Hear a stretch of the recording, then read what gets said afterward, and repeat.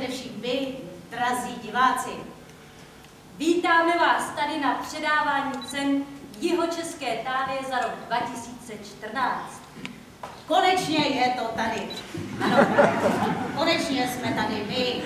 Ale divadlo ve velkém divadle. Ale nebojte se, přestože jsme tady v takto malém sále, přímo na jevišti Jihočeského divadla, přestože stojíme na tomto malém jevišťátku a přestože moderujeme my dvě nejmenší herečky z malého divadla, Možná právě proto moderujeme. jo, to je dost možný, tak se tady budou dít ale velké